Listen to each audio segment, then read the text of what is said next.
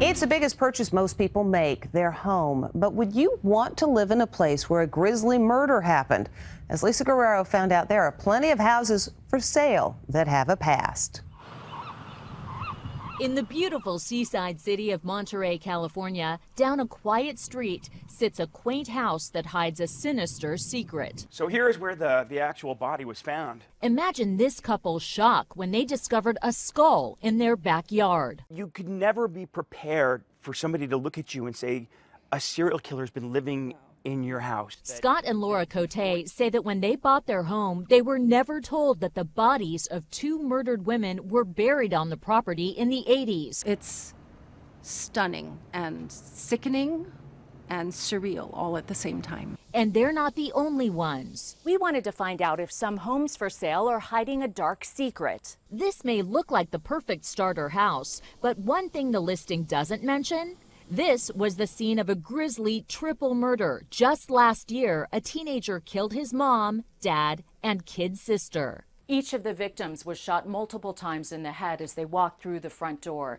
The killer used a pillow to cover their faces and to muffle the sound of gunfire. Would this realtor tell us about it when we posed as potential buyers in Corbin, Kentucky? So you're familiar with this neighborhood? Yeah. I like it. I think it's nice. Yeah.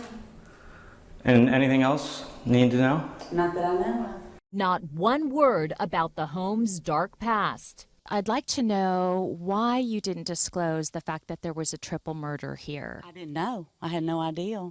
You didn't know? No. In fairness, we should point out that in Kentucky, a realtor is not required to disclose if a murder or suicide took place in a home they are selling. And then there's this notorious house in Westfield, New Jersey. They are new homeowners who are too terrified to move into their new house. A family terrified, saying a stalker is targeting the new home that they just bought.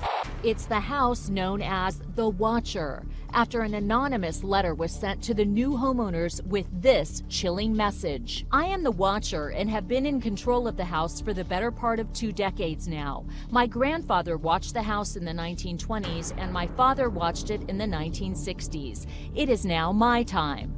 This is Les Trent. In New Jersey, brokers are not required to disclose if a murder took place in a house that's for sale. Nor do they have to say whether or not there's some special stigma associated with the house, like the existence of the Watcher. Nice to meet you. Nice to meet you. But with all the recent notoriety surrounding the Watcher, you'd think a realtor might tell us about it. Anything else important to know about the place? Nothing I can recall. No mention of the Watcher. I am really interested in knowing why you didn't disclose to me that this house was the target of a notorious stalker. I've heard about this Watcher. I never knew this was the house. I honestly never knew that. Randall Bell is a real estate expert and says regardless of the law, realtors should inform homeowners if they know. I believe that all brokers and agents should be ethical, and I think they should tell the truth. And telling the truth means you don't conceal things that would obviously be important to a prospective buyer. These homeowners couldn't agree more. I said, they found something in the yard, something huge, go home. And he's like, what could it be? I'm like, a human skull. Wow. To find out about a house's past, you could ask the local police department, or there's a website called diedinhouse.com. For a fee, they'll tell you about a particular property.